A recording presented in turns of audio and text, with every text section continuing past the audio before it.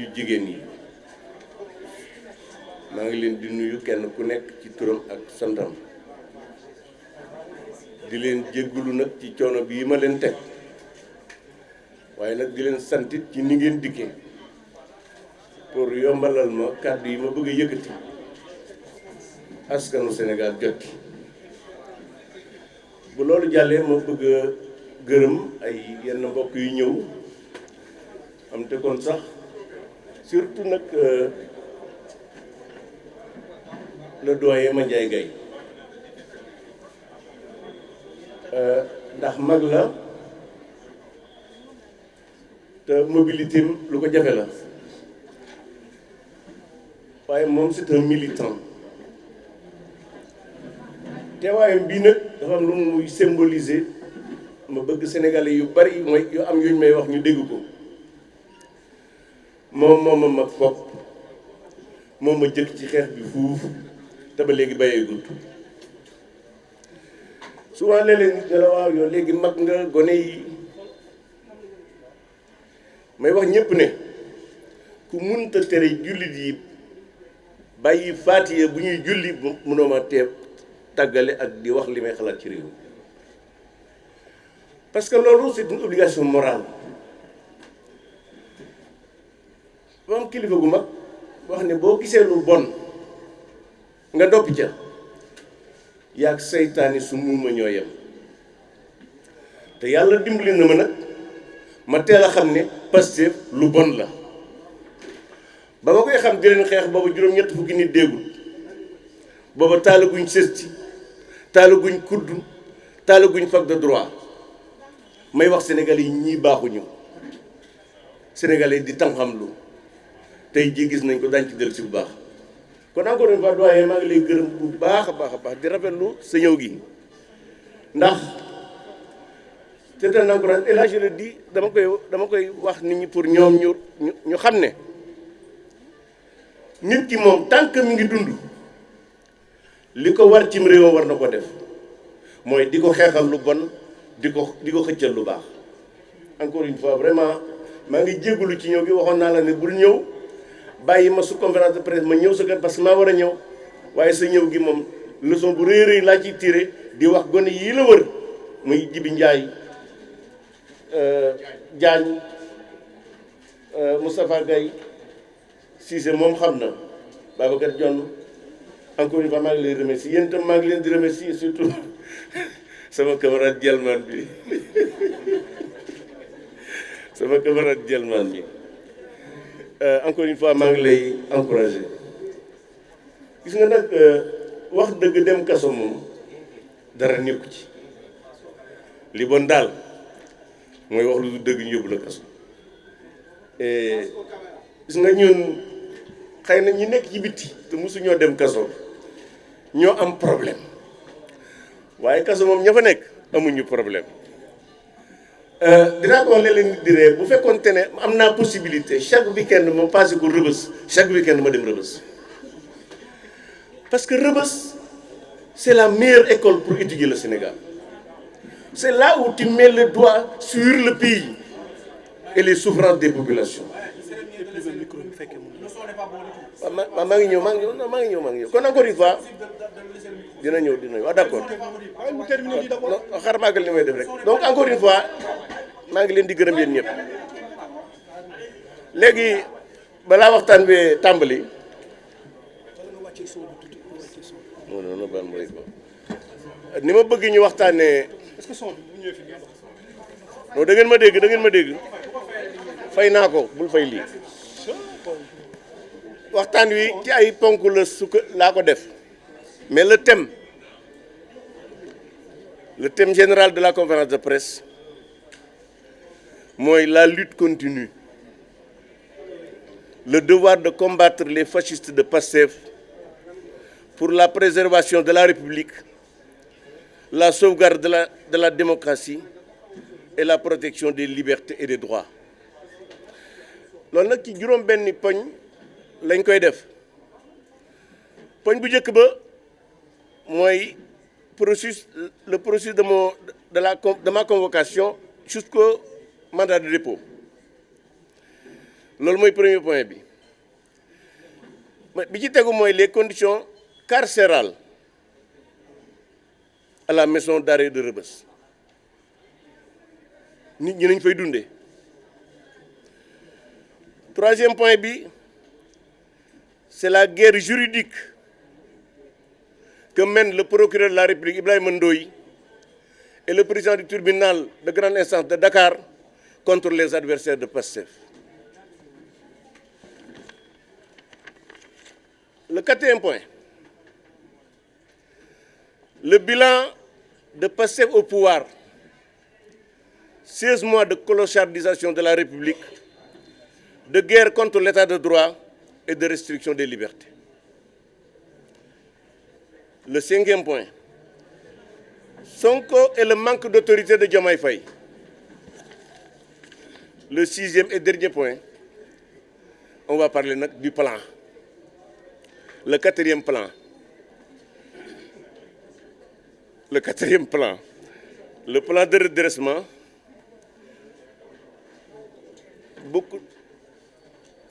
C'est d'une incantation à la limite. Maintenant, je t'explique. Un écran de fumée. Mais le plus grave n'est pas là. C'est que ce plan, il est illégal, inutile et dangereux. dama bëgg nag bala ñoo dugg ci waxtaan wi ngeen may ma digtalaat leen li ma waxoon ba dem kaso li ma wax ba dem kaso laa bëgg ngeen dégluwaat ko. Et d'ailleurs, bon, j'ai beaucoup aimé, là je précise, il y a le discours du président Niass. C'est l'un des discours qui m'ont le plus plu. Moussa Niass, nous sommes venus comme nous avons fait un peu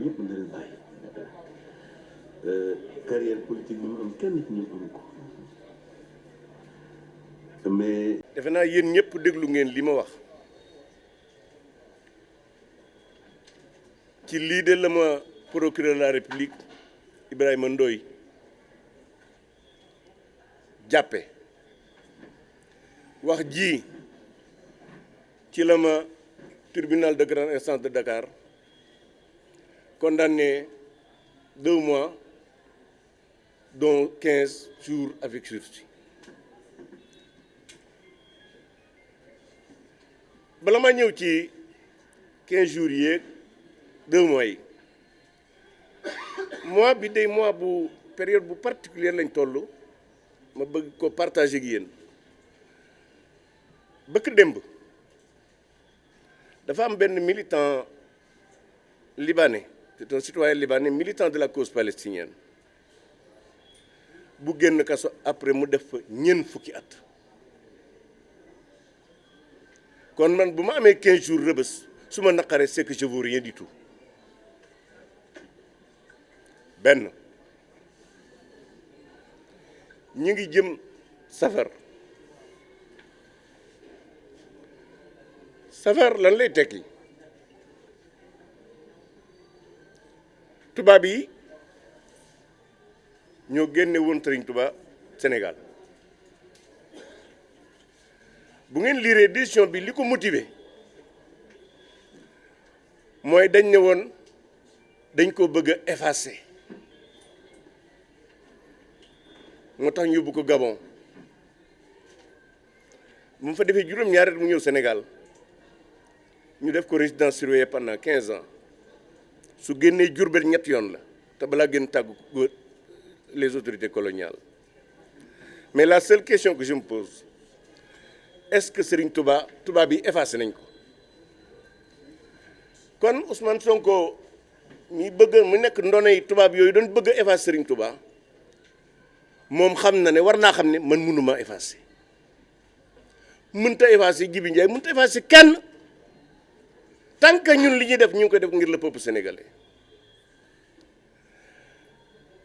yéen ñi déglu ngeen wax ji ma wax li ma jëkk a tàmbalee mooy président de la République bu doon bëy sax dañ ko war a jàppee président de la République c'est ça ma conception de la République Sénégal yi bu ñu faloon lu bëy ma toojal ko naa ko bëy ma gis photo Ousmane Sonko ne ci Diomaye nekk ci ak El Malick Ndiaye et même y a même une vidéo ñuy dox ma xool leen ñu mel ne maanaam ñu nekk ci cour de récréation te protocole de la République c'est une disposition de la Constitution du Sénégal bi ne la première institution c'est le président de la République, la deuxième c'est l'Assemblée nationale, la troisième c'est le gouvernement. ñoom bu ñu àndee président de la République moo war a jiitu président Assemblée nationale sës ci moom premier ministre door a ñëw benn bu ñu toogee bu ñu dee dox ci tapis rouge soldats yi topp ci ñoom dañoo war a jox cër askan wi leen fal avec toute la solennité ñooñu clochardiser la République balaa fare la République ma ne leen vous êtes des gougnafiers. Ibrahima Ndoye jàpp ma ci gougnafier c'est quoi mooy nit ku xamul dara mooy ngaaka waaye xam nga yàlla du nit ci biir kaso bi la Ousmane Sonko wax a Diomaye Faye moto président de la République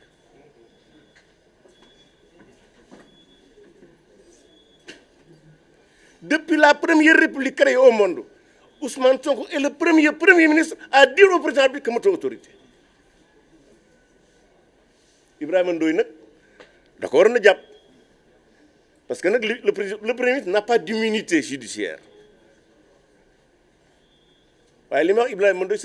c'est un parquetier à double standard day wex xatt ci opposition bi lewet doom ci waa Pastef mais loolu nag foo ko gis c'est que magistrats yi def loolu ils trahissent la loi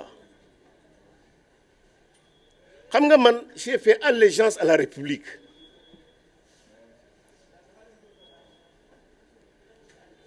bu deret amoon lu muy doon sama deret ji ak nguur rek a ci ne man baraag laa ci Waalo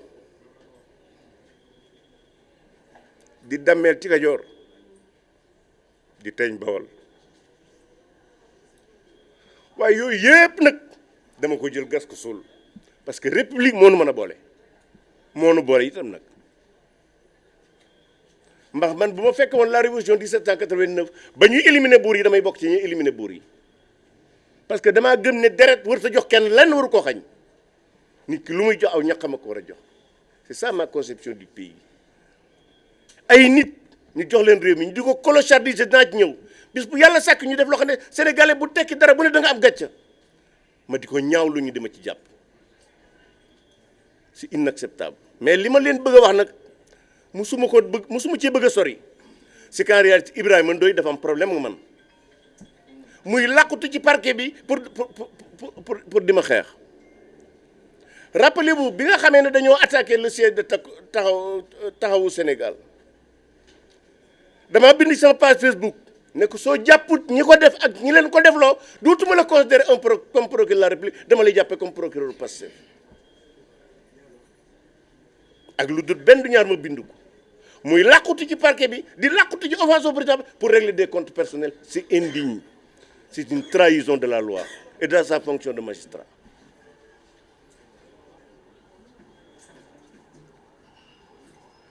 xam nga c'est-à-dire guña fiyee sax su ma ko waxee Ousmane Sonko ak Diomaye ak El Malick Ndiaye à la limite dama leen tagg parce que xamoo dara tuuti na ci ñoom lu baax la ñu xamut et je vais vous le dire avec le bilan de 16 mois yi ñu toog fii bi des nag et là je m'adresse à tous ceux qui ont le souci du Sénégal et de sa démocratie c'est que manifestement bu loo wax ñu ne da ngaa saaga wala da ngay offenser le président c'est que en fait le tribunal de grande instance de Dakar mène une guerre juridique contre la liberté d'expression loolu nag man de bu ci bakkan bi waree des dana ci des parce que man damaa gëm ne lépp lu nit bañ dee fekk la ci rek bu ci dugg te man nag bañu ma dee fekk ma ci lii ma nekk bis bu yàlla sàkk nag pare naa bis bu set pare naa dem kaso pare naa dem àllaaxira parce que moom jaar laay xaar ci ñoom rey tëj nañ ma ñaari yoon Ibrahima Ndoye na xam ne il lui reste 998 mandat de dépôt bu fekkee dama bëgg a noppiloo parce que jusqu'à 1000 du ma noppiloo te ñaara jàllagul. C'est inacceptable ce qui s'est passé man qui défend la République qui défend à la limite même Diomaye Faye di wax nañ ko jox cëram on me dit que je l'ai offensé. C'est ridicule c'est honteux mais comme ni ma la ko wax rek xam nga àla jab dosi àlla mi dafa daan wax ne nit bu la ji bu la jéppee soo ko sottee ndox danaan yaa ngi may pëndal Ibrahima Ndoye dama ko pëndal et puis li gën a garaaw dinaa ñëw bu ci kanam mais mooy keroog procès Djibi Ndiaye parce que moom dañ ko yóbbu tribunal ndax neñ daa attaqué le procureur le président du tribunal de grande instance de Dakar na ko waroo attaqué le procureur mais procureur mooy kan ba sañee su ko attaqué dans une démocratie il peut pas y avoir de limite pour la liberté pour le droit des citoyens à critiquer ce qui les gouverne nit ñi ni ñu amee droit critiquer Bassirou Diomaye Faye en tant que président de la République am droit critiquer gouvernement am droit critiquer noonu la ñu amee droit critiquer le procureur de la République et tout magistrat parce que ñooy exercer des fonctions publiques mais li gën a garaaw mu naan Djibi s'il vous plaît respectez-nous wax nit wax procureur ne ko tëddewoo njaaxaanaay waa Pastef da ngaa mel ne xarum yar bu dee opposition bi nga mel ne gaynde sibi ce n'est pas attaquer le procureur de la République mu ne nous consentons beaucoup d'efforts pour vous voilà la conception que ce monsieur a de sa fonction nous consentons beaucoup d'efforts pour vous vous c'est le peuple sénégalais di ko jàngal recruter ko di ko fay weer mu naan nous consentons beaucoup d'efforts pour vous ban effort pour nous day liggéey liñ ko sant mu ne vous ignorez ce que nous magistrats et ce procureur que vous attaquez endiront ce que nous endirons pour la stabilité du pays mais ça c'est extrêmement grave lan lañ endurer pour la stabilité du pays lan mu ne laisser et puis c'est toujours le président du tribunal de grande instance il le dit à Djibi il faut laisser tranquille les procureurs c'est-à-dire procureur bu leen kenn tudd mu ne après lui booboo gën a garaaw li ci tegu vous allez vous attaquer à nous les magistrats mais dans quel pays nous sommes 2025 cette vieille démocratie que le Sénégal ou même pendant la période coloniale la liberté d'expression était tolérée on peut interdire aux citoyens de critiquer leurs magistrats ça ne se passera pas on les critiquera comme on critique le président bi comme on critique le gouvernement fii amul bois sacré boo xam ne di jox seen xalaat encore une fois li may wax nag xam naa mu naqari ko parce que dama ne ñi fas yéene doon éponge Ousmane Sonko bi muy effacé noonam mooy les procureurs ak certains juges mais loolu yàgg na fi 1960 bi Sénégal ay mbati nguur gu fi toog gu ne am ngay say procureur say juge say policier ay say gendarme ñu di la dumaat say nawle say opposition li bees mooy waa Pastef dañoo digge woon Sénégal yi ni ñoom bu ñu faloo article 80 day dañ 254 day dañ di su fi jàpp si nit ci liberté d'expression ak offense au chef de l'État fenati nañ Sénégalais yi et en m'emprisonnant en emprisonnant Djibi nous montrons aux Sénégalais qu'encore une fois le Pastef a menti daam benn waaye bu moo so woon naa ma yow da nga sonn ndax fenn Ousmane Sonko mënoo fexe ba Sénégalais yi gëm ko ma ne ko waaye dinaa leen ko wan c'est parce que le Pastef a menti qu'on continue à arrêter des gens pour des délits d'offense au chef de l'État pour des délits même d'offense pour un journaliste nga naan ko diffusion de fausses nouvelles alors que le journaliste c'est parce que dañ ko protéger ba même bu waxee dara ki ko wax du ko wax mais li gën a garaaw nag ci loolu man bi may wax ci télé laa toog juridiquement parlant kenn waruma jàpp man complice rek lañ war a toppee parce que nag quand même code du travail code de la presse bi ñi ko bind laa bokk code pénal xam naa ko nit bu waxee dara ci télévision wala rajo ka ñu war a topp mooy organe ba Babacar nga xam ne li ma la wax waaye nag puisque c'est des Ibrahima Ndoye est très courageux il n'ose pas convoquer certainement des journalistes moo tax defoon na ma ko ci de cette TV avec Maïmouna ma ne Maïmouna yow la ñu war a nowoo man complice rek laa war a doon et mieux quand j'étais président du groupe parlementaire bi ñuy voté la loi le code de la presse j'avais dit que nañu ci dugal benn nuance que koo xam ne da ngaa wax en direct wax lu ñu la war a toppee ñu bañ a topp organe bi topp ki ko wax mais bu fekkee dañ ko enregistré nag ñu topp organe bi enregistrement wala muy interview écrite kon bon xam naa responsabilité bi may am moo war a yëkkati sama kàddu kon encore une fois véritablement ma ça me fait mal du man la naqari parce que man kaso ba wax dëgg yàlla jàmm rek laa fa nekk parce que nag kaso moom daam yu bari xam naa boo ko waxee ñu soon ñëw Fatou Kama ñuy lox nga kaso boo fa nekkee ñett yi da nga koy mën da ngay mën a jaamu yàlla waxtu du la raw xam nga politicien moom ak suñu jal-jal yéen a ngi nii fii la ñu toog ba tàkkusaan romb nu bu ñu demee di rattraper n'est-ce pas foofu moom boo nee waxtu du la raw da nga mën di nelaw da nga di lekk et puis da lay permettre nga gën a mettre teg sa loxo ci ñi nga xam ne dañ leen teg maa ngi gërëm ñii ñoom ay satu boo xoolee seen écran yi gis li firi Moustapha Diakhaté libéré Moustapha Diakhaté libéré Djibi Ndiaye très honnêtement ba ma nekkee sama néeg di xool télé gis ñu bind li firi Moustapha Diakhaté damay rus parce que dama fa fekk ñoo xam ne am na juróom-ñetti at ça fait 3 ans seen enquête pare kenn woowu leen bu ñu nee firi Moustapha Diakhaté mi fa amagul ñaar damay rus dinaa ci ñëw bu ma ñëwee ci les conditions carcérales c'est pourquoi mu leen di wax ne bu ma mënoon week-end bu ne ma fay dugg rëbës damay fay dugg rëbës defa dana ma ko jaral parce que ça permet de mettre le doigt sur le pays sur le vrai Sénégal les souffrances doomu baadoole yi ñuy toroxal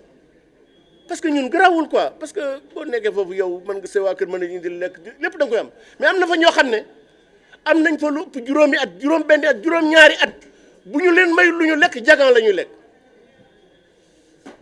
loolooy problème bi dinaa ci ñëwaat bi ci kanam encore une fois ñu dellu si bi ma Bassirou kii comment il s'appelle Ibrahima Ndoye vendredi la ma convoqué en réalité daa bëggoon ma passer tabaski en garde à vue parce que xam ngeen ne samedi lañ tabaski ki ma woo il s'appelle lieutenant Sagna mu ne ma dañu laa soxla dig ma ne ko y a pas de problème ñaar yëf rek laa bëgg nga xam nga defal ma ko 1 nga yónnee ma convocation bi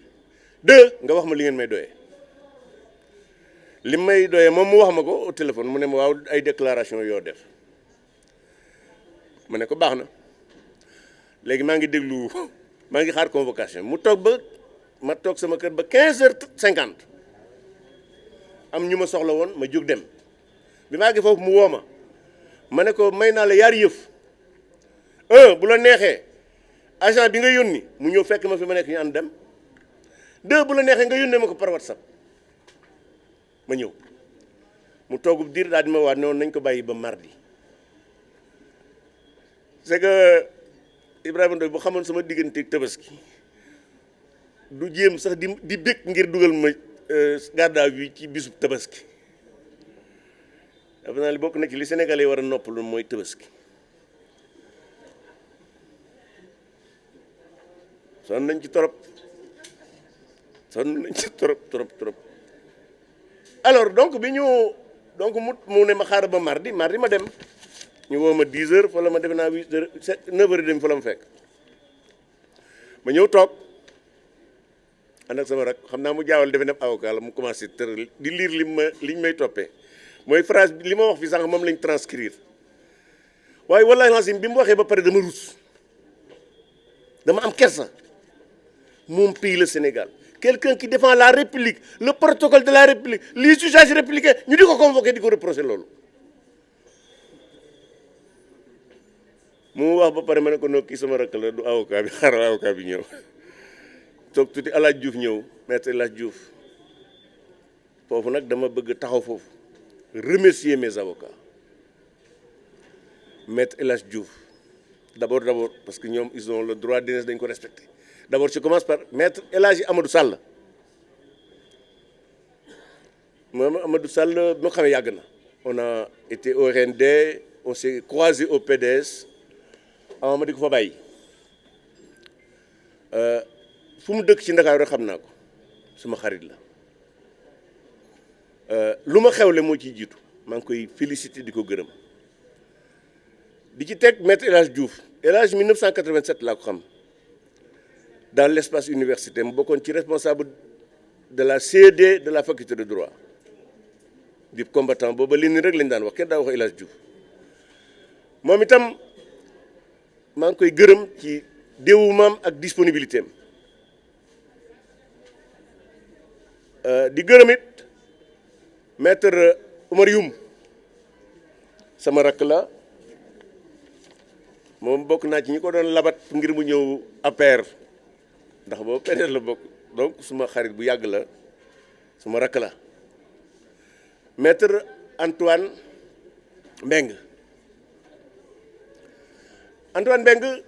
c'est vrai qu'on était à l'APR en même temps, mais ki ma xamal léegi moom c'est un camarade syndicaliste koo xam ne moo nekkoon le secrétaire général du syndicat moo ma ko xamal moom itam wax dëgg yàlla muy nit ku baax maa ngi koy gërëm donc maa ngi gërëm avocat yëpp di gërëm nag sénégalais yëpp nag ci cofeel gi di jéggalu nag ci li ma ne leen bu leen ma kenn seet c'est que procès bii pour man du procès c'est une prise d'otage man nag dama du nangu ñu jël ma en otage may bàyyi samay bokk ak samay xarit ñuy dem ci sama ravisseur di ko laaj pour ñu seet si ma gis nga bu ma doon dee rëbës nit du ma tiim du jabar du doom du xarit parce que la ma fa yóbbu du c'est d'une escroquerie judiciaire kon bi nga xamee ne donc enquête nañ ma ba pare question yi léeg-léeg damay jàpp waaye day poser question xam ne dama naa ko lii du question c'est un réquisitoire mu dem procureur soppi ko ñu dem ba ca fin ba ñu indi ab définition guñaafiye li guñaafiye tekki lépp ñu indi ko lañ ca xam ñoom wax ba pare ma ne ko mon adjudant moo vous êtes malhonnête parce que nag quand même xam nga la synonymie la fonction de la synonymie mooy ça permet de donner à un mot plusieurs emplois parce que les mots n'ont pas de sens or boo dégloo ba may wax xamuñu dara rek la mën a teg ci li ma doon wax waaye Bassirou Diomaye Faye xamul dara nag loolu nag du offensé ko moom moo ko wax mu ne xamul dara bañ ko laajee ne ko ban livre nga jëkk a lire mu ne comment se faire des amis comment se faire des amis comment se faire des amis te buy wax boo ko dee dégg da nga xam ne kii culture bi soriwut xam naa ne droit fiscal rek la war a xam droit fiscal et puis ñëpp ñi ko seetaan keroog bi mu toogee ak Trump te Sénégal di seen yitte am nañ gàcca nga toog ak la première puissance du monde amoo loo koy wax lu dul naa ko nañ terrain de golf na ko jox commune nu Ndiaga Ñaaw de waaye tubaab moom bu mu fa jege terrain de golf bi muy jox Trump regardez-moi ça nga nekk président d'un pays un jeune toog ak la première puissance du monde amoo loo koy wax lu dul naa ko terrain de golf waaye nag liñ ma jàppee mu sell mi moom tëj na làmb ji nee na ko moto président de la république mais li am solo nag mooy Ousmane Sonko li muy wax dëgg bëriwul waaye fii nag wax na dëgg Diomaye matut président de la république ndax su matoon président de la république keroog ba mu ko waxee la koy dàq président Senghor dàq na un président du conseil économique social environnemental au début de l'indépendance pour moins que ça yéen xamu leen ko du ma leen wax tur wi nag xam nga lan la Senghor président Senghor dafa defoon benn programme tuddee ko le décollage économique du Sénégal président conseil économique social booba di def discours ne c'est bien de décoller mais il faut penser à l'atterrissage c'est bien de décoller mais il faut penser à l'atterrissage Senghor ne ko man may wax décollage ngay tudd atterrissage dàq ko ca bis ba. Diomaye Faye bi moo doon président de la République Ousmane Sonko nekkatul président de la République premier ministre. Ibrahima Ndoye aussi bu fekkoon ne il était juste ne dafa may jàpp parce que damaa offensé Diomaye Faye Sonko moomu lay jëkk a jàpp parce que Sonko li mu wax dafa garaaw Sonko constitution bu Sénégal la weddi parce que les dispositions qui donnent à Diomaye Faye une autorité ci constitution bi la nekk lenn dong la ko constitution bi santu mooy mu soppi ma jeeg wala mu soppi jànq jeeg waxambaane autorité bi fii kii moo ko jox Ousmane Sonko lui retire sa nee na amul autorité kon bu ñu amee ko ñu jàpp moom la ñu waroon a jàpp mais puisque Ibrahima Ndoye c'est un magistrat laxiste quand il s'agit de Pastef et punitif quand il s'agit de l'opposition moo tax jàppuñu ko waaye ki ko war a dàq nag mooy Diomaye Faye parce que nag c'est la première fois depuis la première république créée au monde un premier ministre jàkkaarloog président de la République ne ko amuloo autorité mais li gën a garaaw ci discours boobu du amuloo autorité bi lim ne ko boo mënut jox ma boobu gën a garaaw parce que au Sénégal le président c'est le principe électif mooy jox président mooy jox def nit président de la République mooy def nit député mooy def nit conseil municipal wala conseil départemental kon Ousmane Sonko bu bëggee bas jox ko nekkatul par le principe électif parce que dans le principe électif pouvoir kenn du ko joxe bañ ñu joxe pouvoir moom a génne PDS en 2009 sama baay bu baax bi ma ko mujjee gis xaalis bari la ma may dig ma ñaari kër keroog la ma mujjee gis ba ma xuloog doom ji tax man yaar yi moom réglé naa ko wóor na ma ne bis bu may dee kenn mënu ma caa tee dee ku dul suñu borom sax te daa cay dee sax ndax bis boobu laa war a dee muy sama bakkan bi dénk dama ko delloo yàlla ba mu jeex bi te mooy sama wërsëg bi dama ko delloo yàlla ba mu jeex booba laa noppalu du ma biddaa du ma bokkaale du ma takk téere du ma sangoog saafara bàyyi yàlla sa bopp te nag maa ngi koy sant gàtt ma ñuulu ma ñaaw ma ñii ñuul ñaaw gàtt nañ ma ko jéggal li may dem hôpital benn yoon laa ma sa hospitalisé kon maa ngi sant yàlla alors donc bi ñu ci rëbës bi ci toujours garde à vue bi ñu téye ba nee ma dañ lay placer en garde à vue ñu yóbbu ma police u port foofu nag daam lu fa xew man bi may génn laa ko xam wax dëgg yàlla bon je savais que y a un peu de truc là parce que bon xam nga boo nekkee kaso nanguwuñu laa jox say lunettes correctives nanguwuñu laa jox livre boo lire si jaada gu ma julli sax nanguwuñu ma ko jox mais pour man yooyu garawul quoi xam nga man réglé naa yooyu bu yàgg alors bi may génnee ci suba gi di dem Rebeuss gis sama doom mu maam lu ma wax ne ma commissaire bi daf doon wax devant ces policiers naan Moustapha Diakhaté ci cellule bi laa ko dugal dama nangu téléphone am ak kii pardon ay lunettes am dama ko empêché mu lire mu ne même garabu jabe kéem bi asman bi dama koo nangu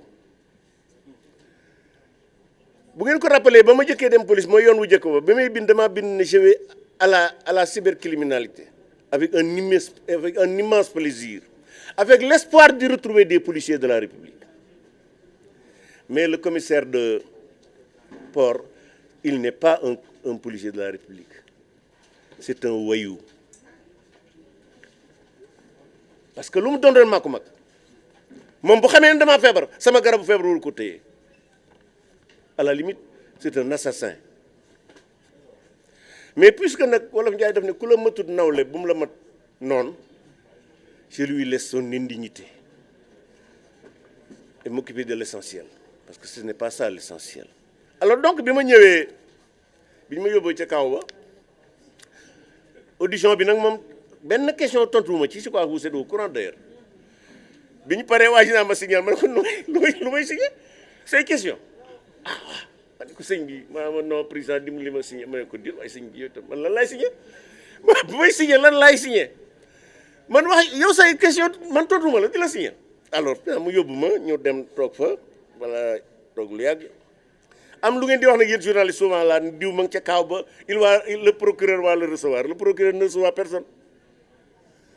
dañuy toog ba 15 heures ñu dajaloo ñi nga xam ne dossier yi fa nekk yëpp ñu séddoo ko kenn ku ne jox la paquet ñu ñëw taxaw Moustapha Diakhaté nga ñëw vous êtes poursuivi pour offense au chef de l'État da nga koy weddi wala da nga koy dëgg nga ne ko weddi naa mun la yóbbu mandat de dépôt c'est-à-dire que le procureur li nga xam ne enquête de police bi ñu koy jox ak enquête de gendarmerie ci lay yem pour def le mandat de dépôt ça c'est de la paresse. Évidemment les gens me disent que oui questionnaire yi ñoom ñoo koy def extra mais la moindre des choses mais wol nit ki nga toog nga ne ko léegi lii la ñuy topp qu'est-ce que vous en pensez et c'est pourquoi da ngay gis ñu yóbbu kaso mu am fa juróom-ñetti at pardon ñu relax parce que l'enquête au départ n'était pas bonne am na benn waay boo xam ne fekk na fa ñoo bokk nañu néeg ñaari guddi dañoo convoqué jabaram mu jël jabaram yóbbu ko police dugal ko ci biir bàyyi ko génn soxna sa fexe ba dem ñu ne ko yaa ko dawloo yow naka la nit di yóbboo jabaram police nga ne ko yaa ko dawloo xanaa bu ko doon dawloo koy du ko indi et si le procureur bi mu demee flagrant délit dañ ko bàyyi loolu bu ko procureur déglu woon bis bi mu ko jëkkee woo mais da koy relaxé ci bis bi du ñëw Rebeuss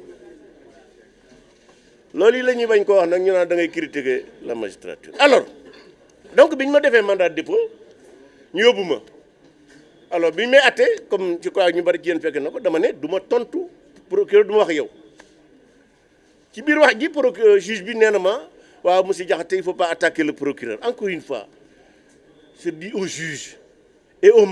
à tous les magistrats du Sénégal c'est que les citoyens des Sénégalais li leen may sañ-sañu ñu critiquer président de la République critiquer gouvernement critiquer assemblée nationale mi ngi ci constitution bi terewul benn Sénégalais mu critiquer un magistrat lan la citoyen war a def li Diomaye Faye defoon magistrat yi saaga leen li citoyen war a def mooy Ousmane Sonko li mu def bëkk démb taxer la Cour suprême de magistrats de corrompus li Sénégalais yi war a def mooy li Ousmane Sonko wax ne les membres du Conseil constitutionnel c'est des délinquants à la loi mais un procureur partisan nga ne ko tu es partisan ñu naan la amuloo droit boobu donc ñu yóbbu ma dem ma demee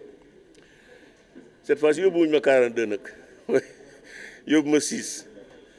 waaye wax dëgg yàlla danaa ci ñëw bu ci kanamee maa ngi nuyu ci biir loolu nag ñi ma bokkaloon Rebeuss nuyu waa 42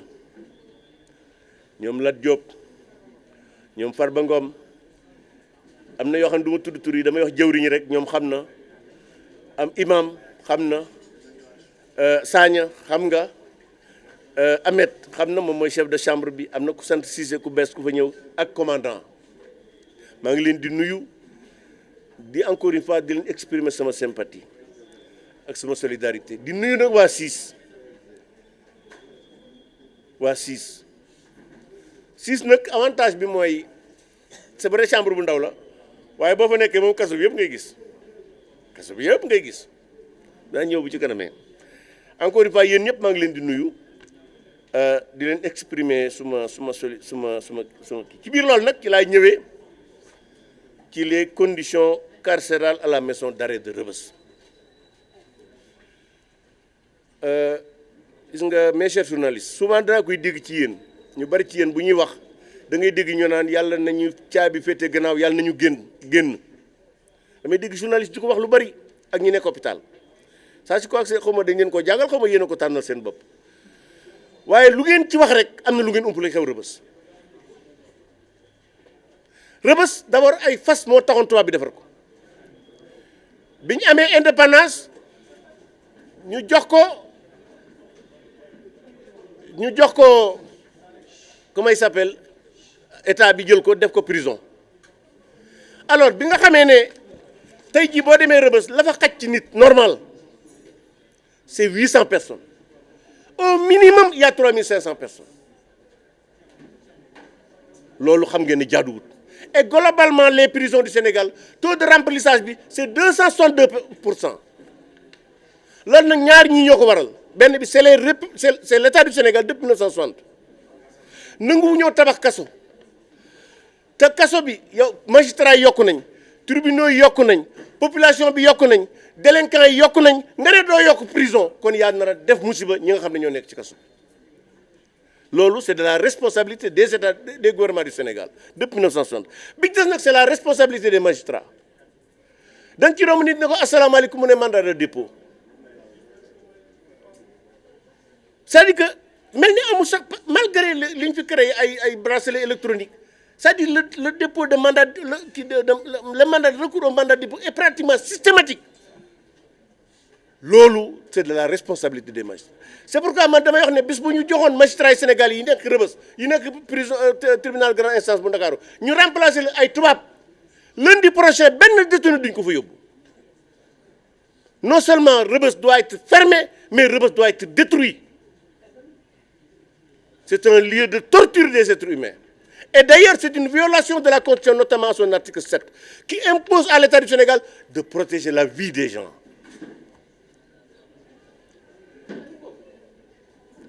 bu fekkoonte ne administration pénitentiaire amuñu xarañ nit du dugg Rebeuss génn ak bakkan loolu nag dafa war a dakk c'est pourquoi moi je salue encore l'administration pénitentiaire le directeur son adjoint le chef de cour son adjoint et l'essentiel l'ensemble des fonctionnaires am te kon am na ci benn yoo xam ne gis naa ñu def loo xam ne loolu dafa war a dakk prisonnier kenn du ko dóor may wax ñi nga xam ne dañoo ami mbokk foofu ak yéen détenus yi fi nekk ku leen dóor fexe leen ba ma xam ko et non seulement fexe leen ba ma xam mais bu ma jógee ci lii danaa dem rencontrer l'ensemble des associations des droits de l'homme pour informer leen ak l'observatoire des lieux de privation de la liberté pour wax leen ne am na fa ay garde yoo xam ne dañuy torturer des prisonniers tiim nit mu toog ci suuf nga sotti ko ndox di ko dóor fil c'est inacceptable loolu nag day dakk c'est inacceptable déjà souffrance ba ñuy dund rek doy na sëkk maintenant ci biir loolu nag l'administration pénitentiaire ñooy nekk foofu di fa naan les brigades amuñu des moyens pour maîtriser des détenus violents et ça c'est de la responsabilité du ministère il y a des instruments dont disposent les policiers les gardes pénitentiaires pour mën a maîtriser un détenu quel que soit son niveau de violence beneen bi ci def lu am Rebeuss ay dof ña nga fa c'est-à-dire magistrat yi dañuy placer mandat de dépôt bay placer mandat de dépôt dof te xam ngeen ne l'administration jànguñu téye dof ab dof prison du place am ab dof dañ ko war a yóbbu hôpital faj ko finalement qu'est-ce qu'ils font dañ leen di jox ay garab ñu di ko naan pour ñun mën a nelaw pour ne pas agresser leur co-détenu ça c'est irresponsable et je lance un appel à l'ensemble des associations des droits de l'homme nañu exiger que dof yi nekk Rebeuss ñu génne leen yóbbu leen Fann c'est inacceptable évidemment xam naa pour dóore bi je sais pertinemment que le directeur son adjoint le chef de cour son adjoint bis bu yàlla sax ñu wax garde yi ne leen bu leen dóor maintenant nag ku ci dóorati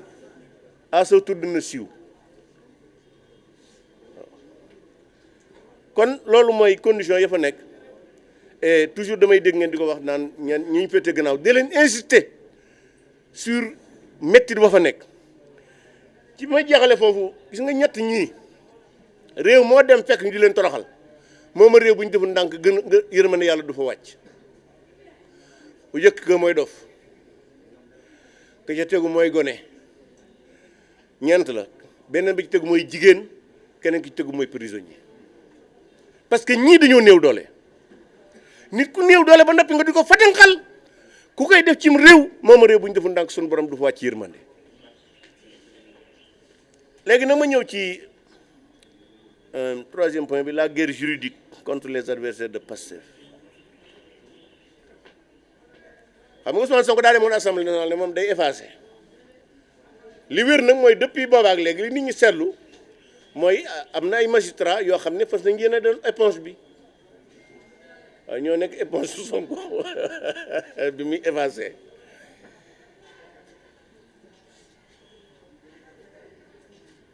loolu nag dafa garaaw parce que jàpp naa ne un magistrat am na yoo xam ne war na ko jombal boppam am lu xew Rëbës loo xam ne xam naa fàttewu leen ko le procureur de la République Ibrahima Ndoye s'était autosaisi pour jàpp un militant de Pastef bu saaga Macky Sall ak ñi ko sopp yóbbu ko Rëbës sous son nez et son menton parce qu'il n'a pas de barbe Ousmane Sonko dem seeti kooku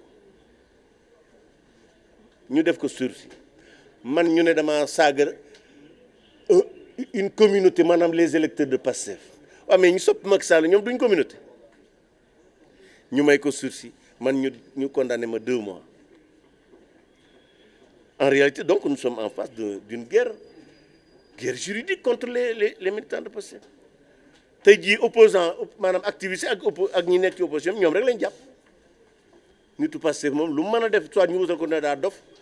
wala ñu yóbbu ko feneen encore une fois lu mel noonu cas bi ci gën a garaaw bokk na ci cas yi garaaw muy bu cas Bob Douguer surtout ak Badara Gadiaga dama seetaan émission bi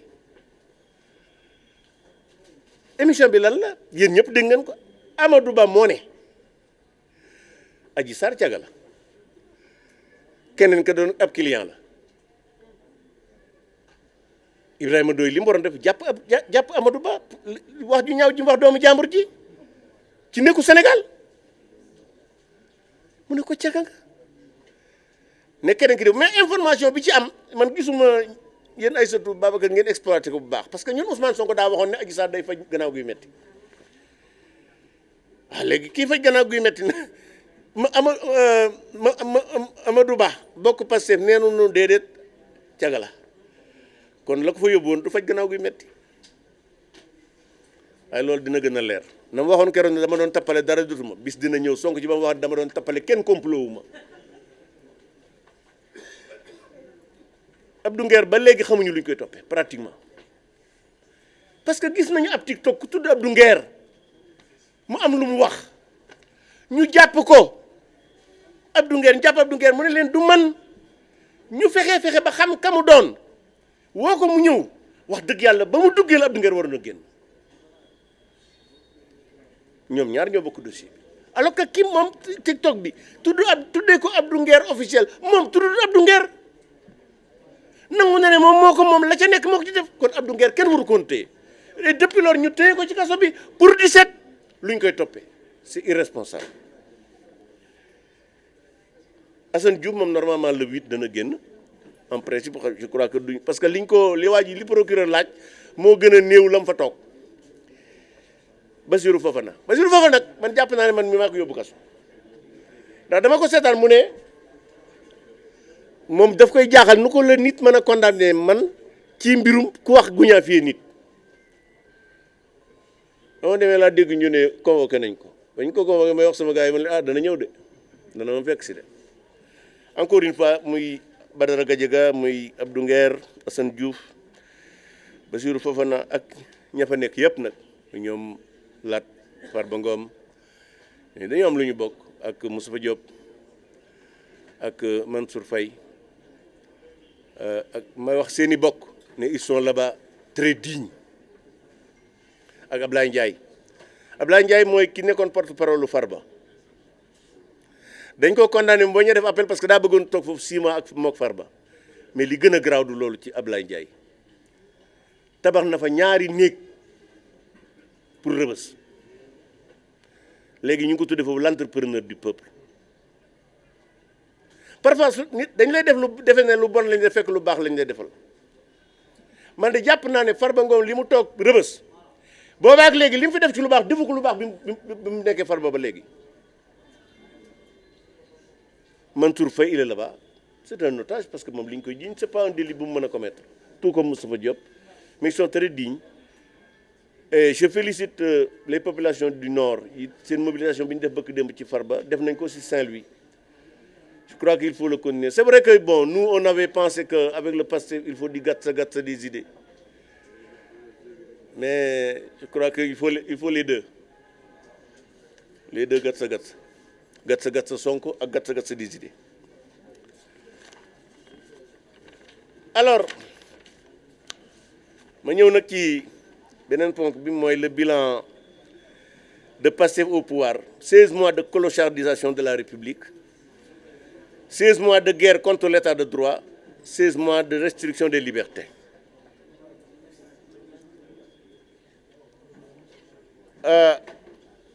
Bu ngeen ko fàttalikoo bi Bassirou Diomaye Faye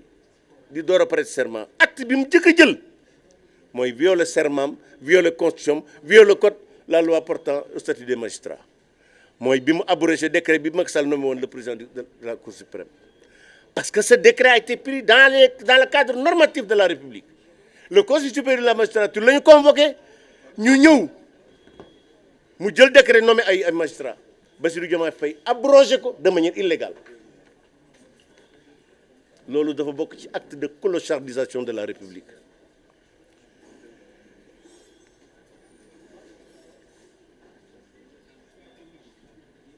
bi ci des mu toog c'est le premier président au monde dissoudre une assemblée nationale pendant une session extraordinaire boo xam ne yaa convoqué pour protéger son premier ministre mu bañ a def DPG, pour empêcher au groupe Benno Bokk Yaakaar de déposer une motion de censure. Autrement dit, pour protéger son ami, il parjure, il revient sur son serment constitutionnel.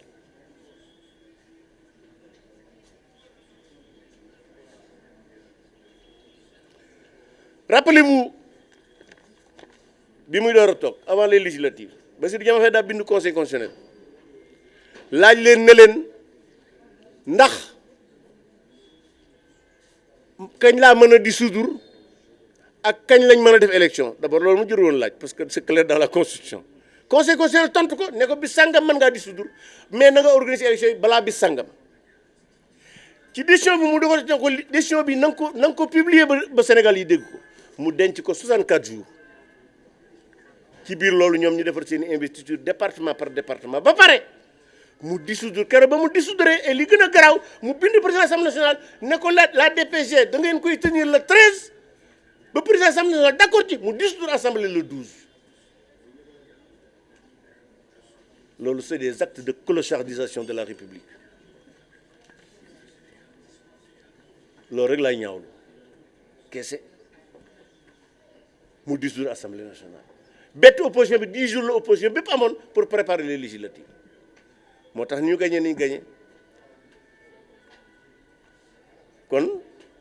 jàpp naa ne bilan Pastef moom ci institution yi musiba la. bilan économique bi nag bu ma ñëwee ci plan bi le plan le 4e plan en 16 mois danaa ci desiwaat alors ma ñëwaat ci li Bassirou Diomaye Sonko wax Diomaye Faye ne ko manqué d'autorité. ba wax ne Diomaye daf ko waroon dàq ko Ibrahima Ndoye waroon ko poursuivre pour offense au chef de l'État defu ko mais li garaaw wax naa li wax na dëgg nag parce que moo doon autorité ba nekkatul premier ministre waaw mais ñun dañ ñoo waxoon ne Diomaye mooy Sonko wala ah ginnaaw Diomaye mooy Sonko léegi bu Diomaye amul autorité kon kay Sonko it amul autorité. Voilà encore une fois li may wax toujours ne waa Pastef dañoo lijjanti ba am candidat xañ nu président de la République et ça c'est irresponsable.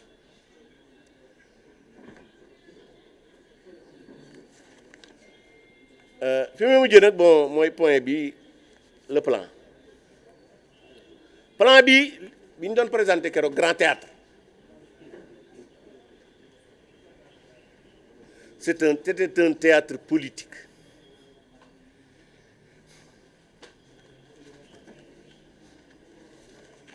mooy lii plan bi tur wi rek déjà de Pastef da cee wax lu dul dëgg ndax dañ ko tuddee redressement économique et social noonu la tudd non ci français plan bi économie ñëw ci social ñëw ci ñu tuddee ko ci wolof jubbanti koom xam nga koom mooy lan l'économie c'est la production de richesse mi ngi tàmbalee ci soxna si jaay caaf ci koñ bi ba ci Sonatel loolu économie ñoom son plan c'est un plan de redressement des finances publiques noonu la tudd redressement des finances publiques ma ne leen c'est illégal parce que plan bi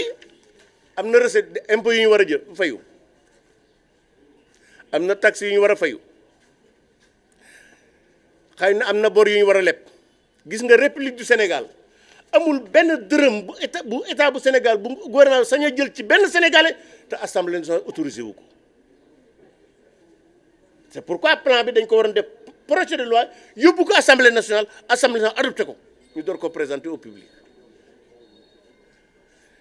même seen agenda 2050 bi sax c'est illégal amul statut benn juridique et loolu boo ko waxee dinaa ci ñeme parce que Macky Sall ba mu defaree PSE ba pare dama ne ko président nañ ko defal une loi d'orientation économique pour mu am légalité parce que Sénégal noonu lay doxee lu ñu fiy def lu état bi def lu ne daa war a légal soit constitution bi da ko war a prévoir wala loi prévoir ko wala un règlement et évidemment en 2022 cette loi a été votée à l'Assemblée nationale de agenda 2050 ba léegi amatul l'onction de l'Assemblée nationale or toute recette toute dépense du gouvernement assemblée moo ko war a autorisé kon seen lii ñu tuddee woon plan de redressement économique et social qui est un plan de redressement financier il est illégal il est inutile parce que jàngoro ji muy faj du ko faj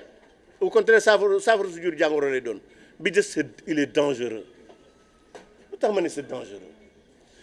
xam nga dégg ngeen fan yi Bayrou François Bayrou premier ministre France ñu présenté plan Bayrou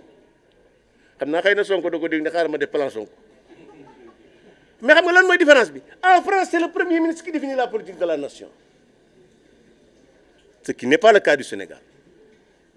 au Sénégal c'est le président de la République qui définit la politique de la nation et non le premier ministre en se substituant au président de la République Sonko procède par un putsch politique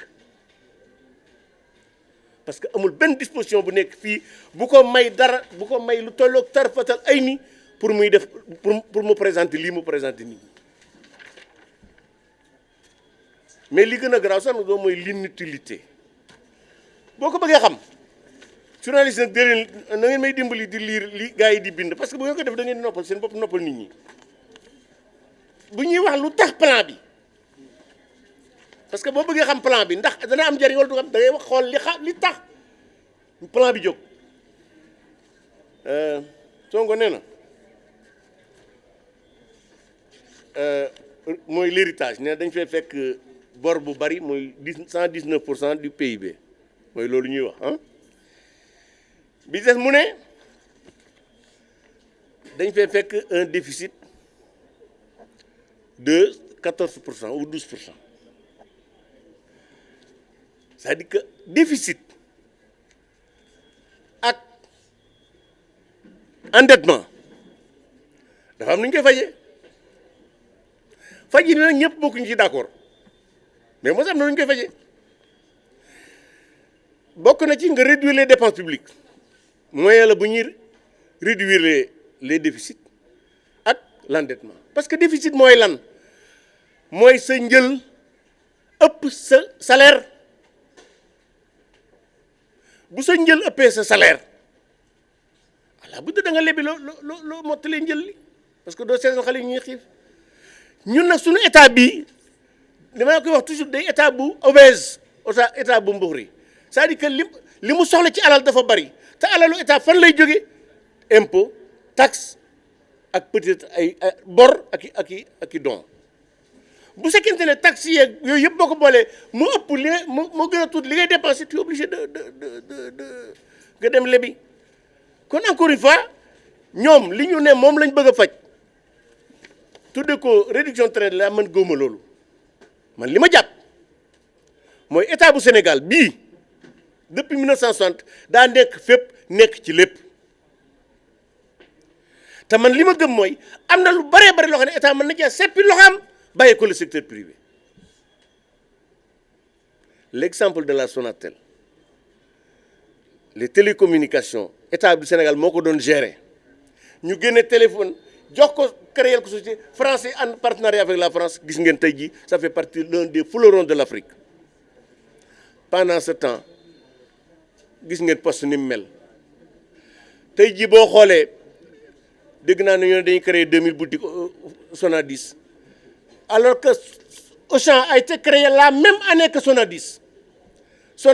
Auchan est devenu une multinationale, Sonadis fay na bu yàgg bàyyi fi bor. Kon encore une fois jàpp naa ne bu fekkee dañoo bëgg redresser les finances publiques là aussi lu normal la parce que même 70% du PIB de la dette pour man c'est trop rawatina ci mu ëpp ko déficit bi aussi bu fekkente ne yow li nga bëgg a def daa ëpp li nga man loolu mooy indi déficit kon boo bëggee di xeex déficit bëgg a xeex nam turati endettement du ay 100 milliards d'économie ngay def il faut aller plus loin loolu man mooy suma position ci affaire bi parce que 100 milliards franchement c'est rien du tout et li gën a garaaw nag du loolu Ousmane Sonko daa gëmloo woon ñiy jaay caaf ñiy jaay naamaraas gone yi raxas woto ne leen su ma faloo yéen ñëpp seen bambanaat seen poste dina fees plan bii 5667 milliards ci poste Sénégalais yi la koy jëlee waxoon naa leen ko fi bis ne leen parce que balaa tàggoog Sénégal ku daan joxe asaka da nga yalwaani kon ñi doon xaar ne seen bamba dana naat ci nguurug Diomaye ak Sonko nañ ko teg fi suuf seen bamba du ci naat au contraire dinañ yokk taxes yi dinañ yokk impôts yi te duñ yokkal dara Sénégalais yi mais li gën a ce qu'il faut retenir surtout c'est le caractère le fait que le président de la République moom moo war a définir la politique de la nation le premier c'est substitué à lui et d'ailleurs boo xoolee même communiqué bi mujj du conseil des ministres dañ ne le texte a été adopté en conseil des ministres texte bi lan la loi la wala décret bu dee loi daa war a dem assemblée nationale avant ñu di ko yóbbu ci mbedd mi bu dee décret daa war a génn journal officiel autrement dit comme li ma leen wax sànq c'était un théâtre politique pour donner l'impression que ñi ngi xalaat que liggéey xalaatuñu liggéeyuñu indi nañ fi projet mujjul fenn agenda 2050 damay wax ne du projet du plan du programme c'était un pamphlet politique pour préparer les législatives bii itam nag je soupçonne que c'est pour préparer quelque chose maintenant Ousmane Sonko bi muy def dëgg nee na woon Diomaye bu mënul na ma jox ah baat daa bëgg a jël ah baat daa bëgg a jël kon encore une fois xam nga tey man personnellement su ma neexoon ma laisser deux parce que yàgg naa wax sénégalais yi waa Pastef yi baaxuñu sénégalais yi di ma tànqamlu tey jii képp koo xam ne même ñi àndoon ak ñoom te gëm leen am nga kersa parce que xam nga ne amuñu programme ils sont pas compétents duñu defar réew mi parce que li mu fi yàq bu doon toog téeméer at du ko defar waxuma nag yàq gi mu fi fekk maintenant man en tant que défenseur de la République défenseur du Sénégal je crois que très honnêtement lii ma Ibrahima Ndoye def ak Mamadou Diouf jaaduwul waaye nag dama leen di bàyyi ak seen bopp parce que damay wax ne nit lu mu bañ dee fekk ko ci rek bu mu ko def benn ñaar ku ragalu dee kenn mënu ko ku ragalu dee kenn mënu ko te nag ñaar yi moom bis bu yàlla sàkk ma di ko waajal sama bopp bis bi may dee ak bis bi may dellu rëbës bagage yi mat na sëkk saa suñ bu ñu ma fekkoon fii ci bunt bu ñu demee ma ànd ak ñoom dem amu ci benn problème parce que c'est un choix politique dama ko wax xale yi ma bokkaloon néeg boo ñëwee man leen yéen maa ngi yéen bokkuñu kaa yéen accident de parcours moo leen fi indi man choix politique moo ma fi indi xam nga xale buy dawal woto ba yàgg mu accidenté nit faatu ci mu yóbbu kas ko c'est des accidents de parcours même ñiy sàcc ak yooyu yëpp c'est des accidents de parcours problème d'éducation moi j'ai choisi de combattre un pouvoir fasciste je sais qu'ils sont capables de tout parce que ñi sookee juróom-ñett fukki nit yu faatu ay milliards yi fi yàqu ils ne reculeront devant rien waaye bu ñu amee ku ñuy xoxotal booye bu ñu teg ko fi suuf ndegam man mi nga xam ne li ma des ci dund bariwut maa ragalut kaso asama gone yi encore une fois mesdames messieurs les journalistes maa ngi leen di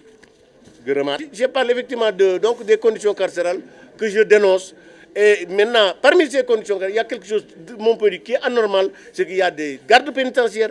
qui exercent de la torture sur des détenus. Et ça, je les ai vus de mes propres yeux. Et je sais que le directeur de l'administration pénitentiaire, le directeur de la maison de Rebeuss, son adjoint, le chef de cour et son adjoint sont contre la torture, le fait que nous durs les prisonniers. Donc, encore une fois, donc, j'ai parlé donc de la surpopulation carcérale, la durée déraisonnable des tentations préventives, abus de délivrance de mandat de dépôt, les problèmes des avocats qui disparaissent. Il y a des avocats qui prennent l'argent des détenus et qui disparaissent. Quand ils les appellent, ils n'arrivent même pas à les joindre. Ensuite, maintenant, le troisième point, la guerre juridique que certains magistrats du tribunal de grande instance de Dakar livrent aux adversaires de Pastef.